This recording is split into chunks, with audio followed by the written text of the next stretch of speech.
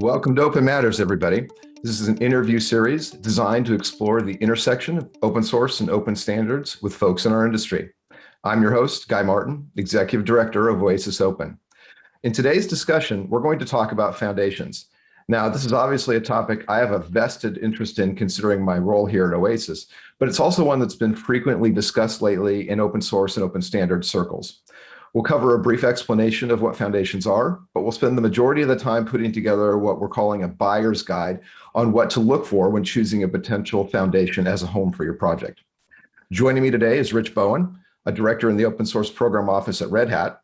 And in addition to serving on our board of directors here at OASIS, Rich previously served on the Apache Software Foundation board. And he has a long history in various open source communities. I was personally tremendously excited when Rich agreed to join our board here at OASIS last year because he has given a lot of thought to what good governance looks like for open source projects. So I'm sure he'll have a lot to say on this topic. Thanks a lot for being on the show, Rich. Thanks so much for inviting me, Guy. You bet. So before we get started, some quick housekeeping for everybody.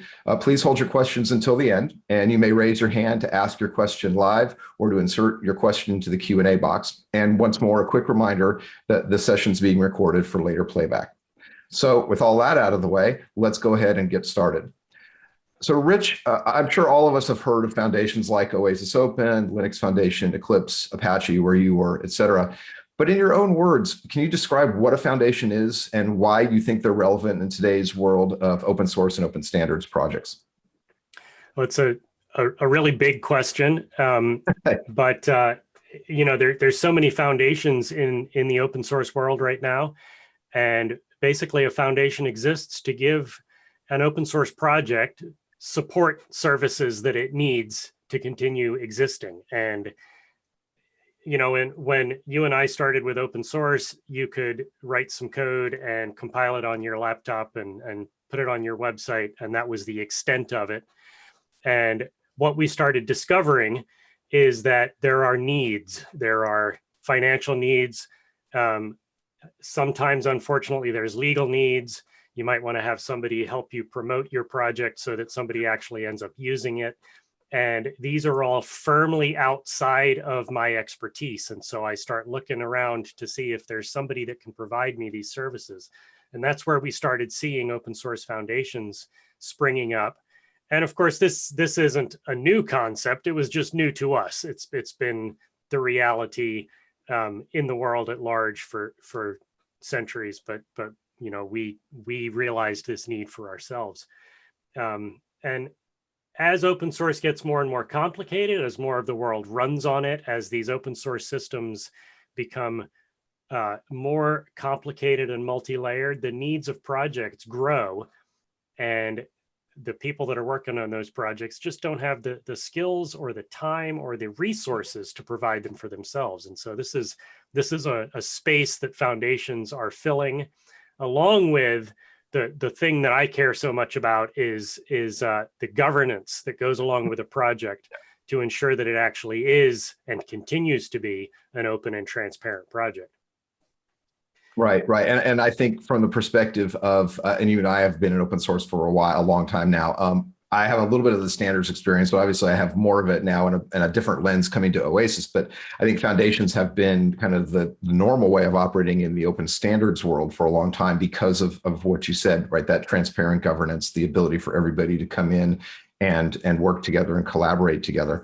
You know, I was on a call this morning earlier before this webinar for CAP, the Common Alerting Protocol, which is a standard that started out here at OASIS, and it's being used all over the world to really drive you know, the ability to send out alerts based on disasters and potential disasters. And it's great to see, you know, a foundation be the original home of that kind of continues to do that sort of collaborative work. And I think more and more, I'd love to see that kind of coming to the fore even in the open source side. So, you know, if you think a foundation, so given what you said, if you think a foundation's a good fit for the work that you're doing, people ask me this all the time, so I'll toss this question to you. When in the development process should you start thinking about finding a place to host your project, whether it's going to be an open source piece of work or potentially an open standards piece of work? So as with many of the things that we've discussed around this topic, the answer is it depends. Right. And to quote the great Joe Jackson, you can't get what you want until you know what you want. And so a project really has to be introspective and look at what their needs are, what they're expecting to get out of a foundation, whether they're just looking for the reputation that comes along with being a foundation, which is a significant and important thing, or if they have specific financial, legal, infrastructure needs. I think that in order to make the case for joining a foundation, you need to be a somewhat established project. Mm. Most of the open source foundations that I've had experience with, they expect a project to come to the foundation, not just an idea. Right. And that may be different for something like a standard where you have more of an idea and you need a place in a community to flesh it out. But in open source, you want to have something that that works, that people can try, because without that, building a community can be very difficult. And so I tend to think that it's going to be at the point where you need it, not at the point where you think, gee, that might be nice someday. So you want to put on a conference, maybe having a foundation to support that would be a good thing to look into. And so you start shopping around for the foundations. But it needs to be driven by need, needs to be driven by specific needs, because if you don't know what your specific needs are, then you're guaranteed not to find them and you'll end up in the wrong foundation. Right, exactly. I mean, and the other thing I think that comes to mind here is sort of on the adoption side, sort of what the reputation is of a project and of a community. And when you talked about governance, I think the thing that sort of always was something that I was really thinking about in even before I took this role about why you would go to a foundation. That neutrality, or and I don't want to say the perception of, because I think it is more than the perception, but there is a little bit of kind of a marketing or perception of, hey, this is a neutral thing, not being driven solely or controlled by one or two entities, but actually a place for collaboration. How do you think foundations play a role in that?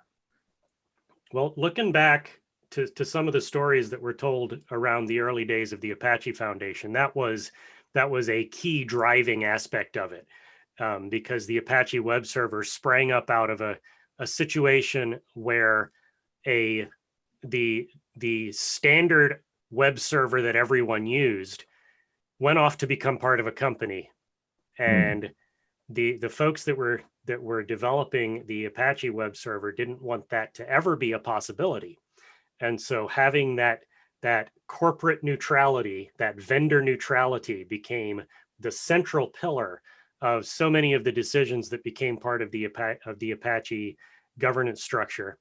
And you see that in a lot of other open source foundations as well, where having a neutral place to develop something, it insulates you from companies changing direction and deciding they're not interested anymore. And it also insulates you from a company making decisions for their customers rather than for the users of the open source project. And, you know, maybe Open Core is an example of a place where that happens a lot. So yeah, I tend to think of vendor neutrality as a really critical part of a project truly being open. Right.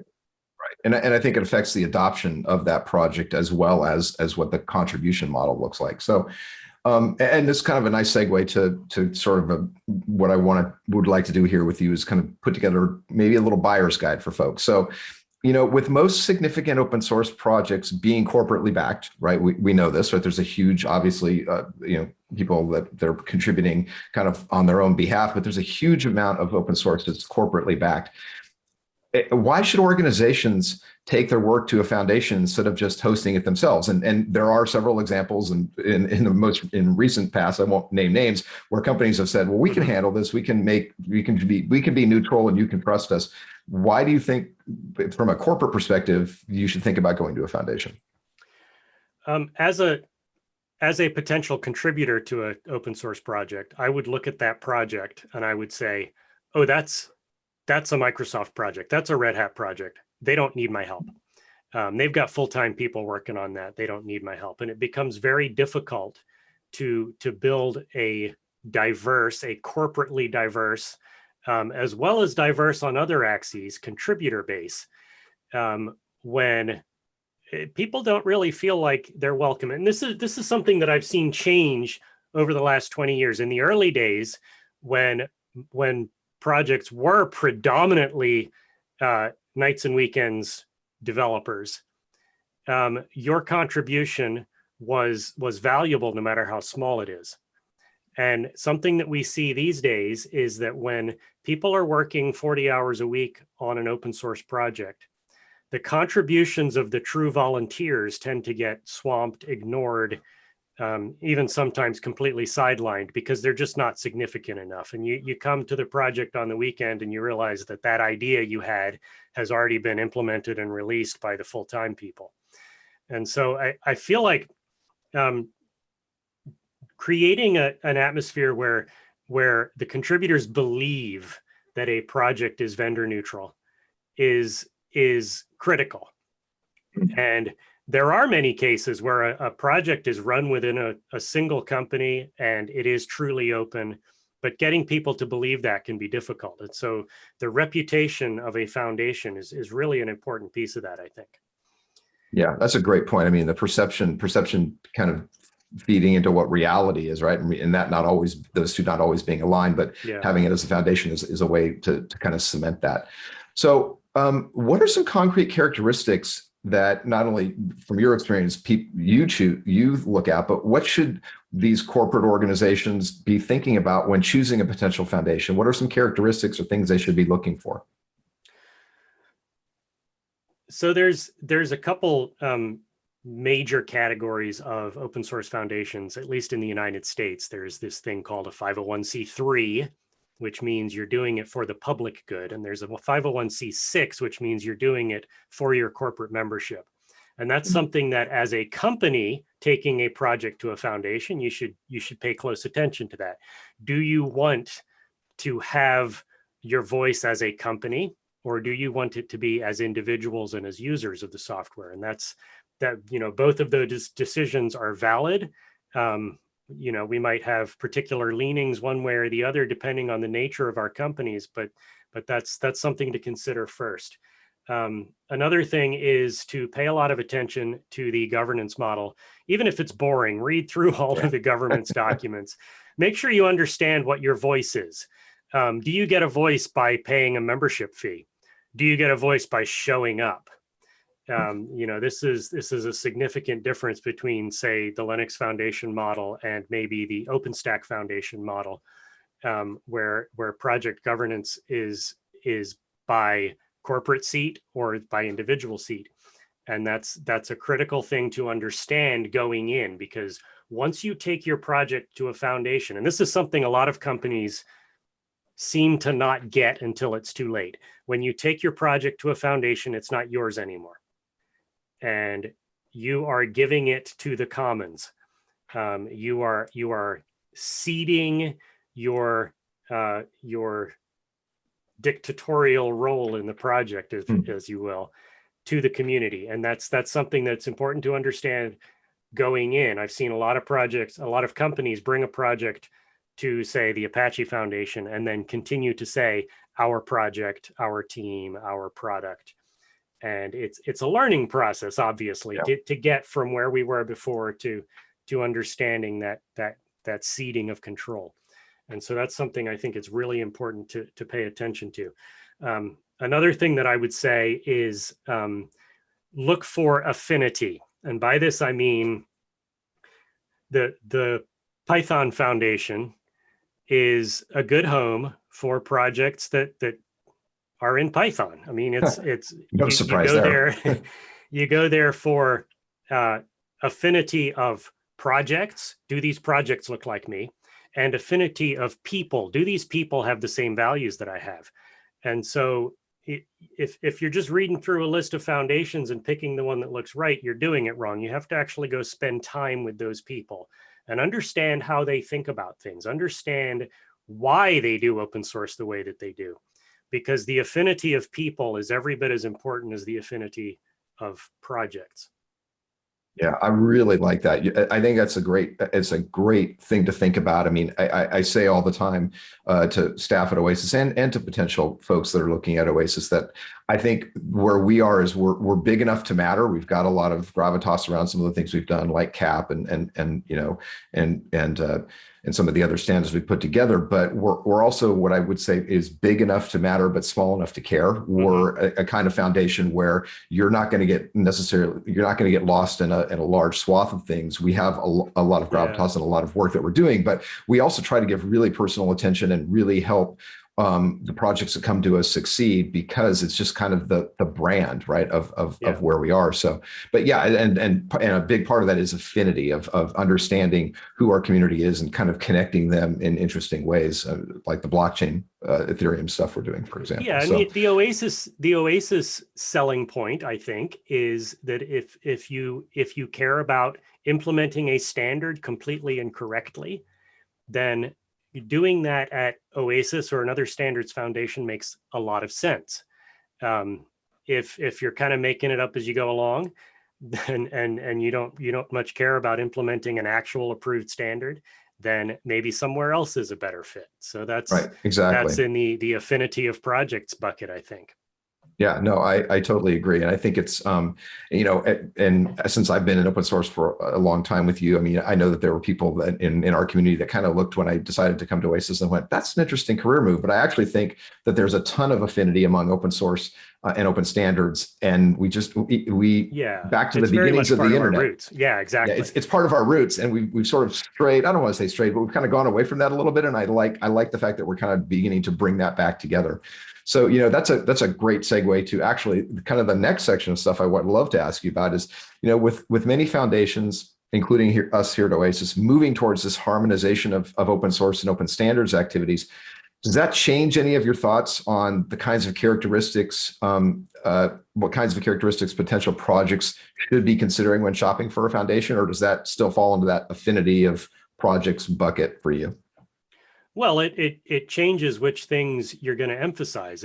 So it puts more emphasis on testing and validation against the standards, and that's something that a foundation can certify. And so if certifying adherence to a standard is important to you, then yeah, that absolutely changes which foundations you're going to look to as a home. And we definitely did get away from standards for a while because it was just easier to, in the short term, to move faster and make stuff work and get it out there in the market. But over time, I think that the move back to standards is driven by, you know, things like cloud computing and edge computing, where interop is so critical. Yeah. And so you can no longer just kind of make it up on your own. You have to have the entire community in with you on a standard so that your stuff works with their stuff. And so it's kind of a cool refocus that we're seeing the last few years. Yeah, and Chris Ferris from IBM, who was my guest on the previous episode of this, I think said it best when he said, words will tend to last longer than code. Which I hadn't really heard it put that way before, but it makes total sense that you know, these things that we put down in terms of interoperability are there for the long haul, whereas code may or may not be there for the long haul. It kind of depends, you know. But I think I like how you say it's a focus back towards what I like to call back to the future of, you know, the beginnings of the internet were built on open standards and open source, and I think, you know, how we deal with culture and pace and the differences in those two communities is interesting. But I think a place like a foundation is a good place to do that, because you can start to bring, you know, these two communities together, the open standards community, for example, that we have at OASIS, and the open source communities, and reach out and find ways to build these checkpoints for those two communities to really intersect. And my experience is you have to be really, really intentional about that. And I think that's what I love about the foundation model is it's a place to be intentional about that kind of interaction. Yeah. Cool. Well, I kind of wanted to dive in before we open it up for audience questions. One kind of final question around this is, you know, as it relates to standards, there's been a lot written and talked about, and the recent Open Forum Europe Lounge series was a great example of this regarding how organizations like OASIS and others can help bring more open source into these really highly regulated procurement pipelines like government and medical and financial. Do you agree that this is a role that foundations should be taking on? And if so, do you think there's things we could be doing to do a better job of really demystifying the open source and using standards as a way to bring open source into these procurement pipelines? Yeah, I do think it's really important. You know, we like to talk about how open source is won and everybody does open source now. But of course, in certain industries, that's not the case yet. And in those industries, there's, you know, healthcare is a good example. Government's a good example. There's enormous savings to be had by having a standards that we implement against, rather than everybody doing their own thing and then trying to make it smush together later. And having a respected foundation behind those standards can take away a lot of the fear that some of these industries have about, you know, weird people hacking on code in their basements. And I think that as much as that is not the case anymore and hasn't been for a long time, it's still the perception in industries where the correctness of code, the correctness of functionality is so critical because somebody's life depends upon it. And so Right. This goes back to what we talked about earlier about reputation. You know that if your project is hosted at this particular foundation, you know you can trust it because it's got a whole governance structure on it that is verifying that those things are quality and meet the standards. So yeah, I think that as more and more industries start to look to open source as solutions, that this is going to become ever more important. Yeah, I agree.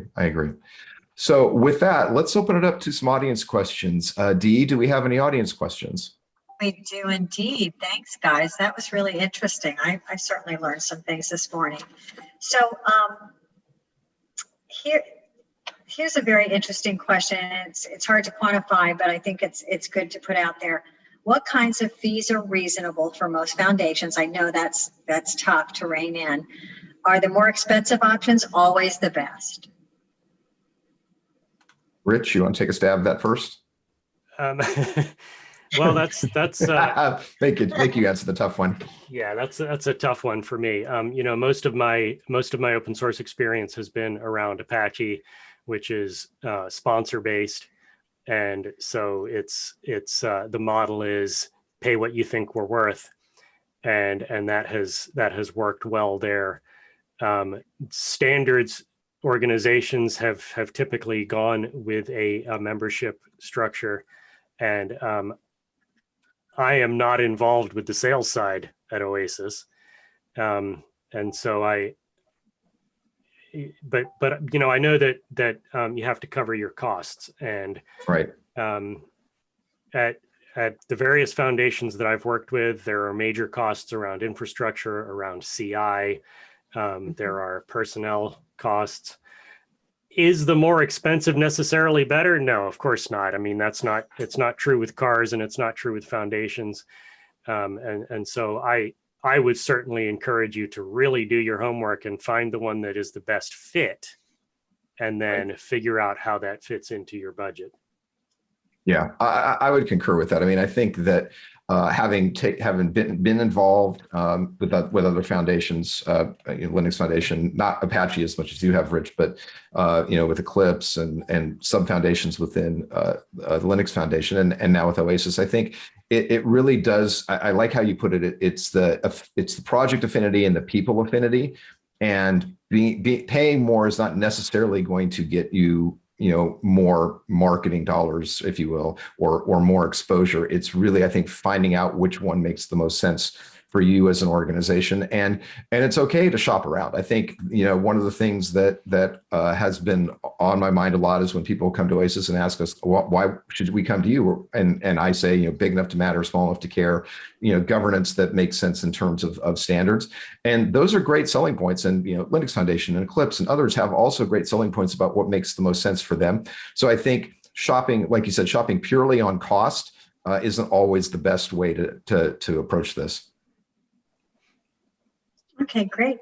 So our second question, how do you answer folks who say that foundations are too much overhead and not really necessary if transparent governance is already in place?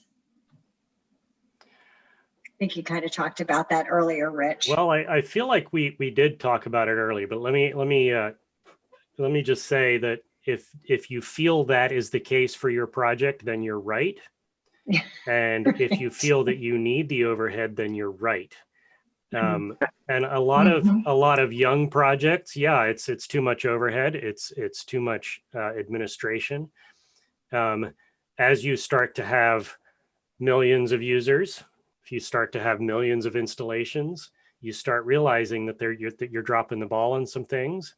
Maybe you need to find somebody to help you carry that ball a little farther down the field. And it's extremely individual to projects. And I do agree that transparent governance is the cornerstone of being truly open, but you can't get away from certain other needs sometimes. Yeah, Right. and some of this goes to your earlier comments about you have to be ready to turn it over. Right. And I think that's always a bit of a challenge, right? I mean, in any organization. And obviously there are examples, and for those listeners who don't know, I actually worked at Red Hat for a couple of years doing some open source consulting. So Rich and I know each other from there. And I think Red Hat does a good job of certain things you folks keep, as Red Hat projects as they make sense. And then, then others that they get transitioned to a foundation, because there's room for both of those, I think, those types of projects. Okay. Any other questions, Dee? We're almost out of time one here. more in closing. We do have just a few more minutes. It seems like a lot of foundations are going down the path of open source and open standards combined. Shouldn't they just be working together instead of creating many of the same thing in the marketplace? Well, I have some thoughts on that, and I'd love Rich's thoughts too. But I think that obviously collaboration, and being an open source and community person myself, it's one of the things I have really looked forward to at OASIS, is figuring out how we can collaborate with other foundations. Because I think Rich made a great point, which is there's affinity of projects, and there may be affinity of projects that aren't directly related to some of the things OASIS does, but we could end up maybe providing an opportunity to host the standard, even though it may not be something that's in kind of our bucket or things that we normally do. But finding a way to collaborate with other foundations is a key thing I'm trying to do, because I think it's just really, really important. And we've heard it pretty clearly from, especially our European contingent, that, we would love for the foundations to be collaborating more, so that, we don't have to, so that we have choices, but that we don't have such a plethora of choices that we don't know what to do or who to go to. Yeah, and I think that there's definitely room for both models. Open source foundations have collaborated with standards organizations from the very beginning. And there's always the tension between our different working models. The open source foundations say the standards organizations move too slowly, they're too pedantic, they're too heavy on governance. The standards organizations say many of the same things about the open source foundations. They don't implement our standards right. They don't care about our process. They move too quickly. And so having an organization that combines both of those may address some of those issues. And this is, it's kind of what we're seeing at OASIS. And I think that it's exciting to see that model develop over the coming years, because I think that the synergy, if you will, terrible word, but between those two halves of the picture, seeing them working together in one place, it's going to work for some projects. It's not going to work for others. Yeah, exactly. Well, Dee, is that all the questions we have, Dee? That's it. And we're pretty much right at the bottom of the hour. Perfect timing. Perfect. Thank you. Well, Rich, thanks so much. It was great to have you join me. And I hope our listeners were able to take note of kind of this condensed buyer's guide, if you will, for choosing a foundation to host your work. And I really appreciate you sharing your expertise with all of us. Well, thanks for having me, Guy. You bet. And folks out there, if you want to learn more about this or other topics, you can find us at oasis-open.org. Let's continue the conversation on Twitter at OASIS Open. And once again, until next time, thanks for listening, everybody.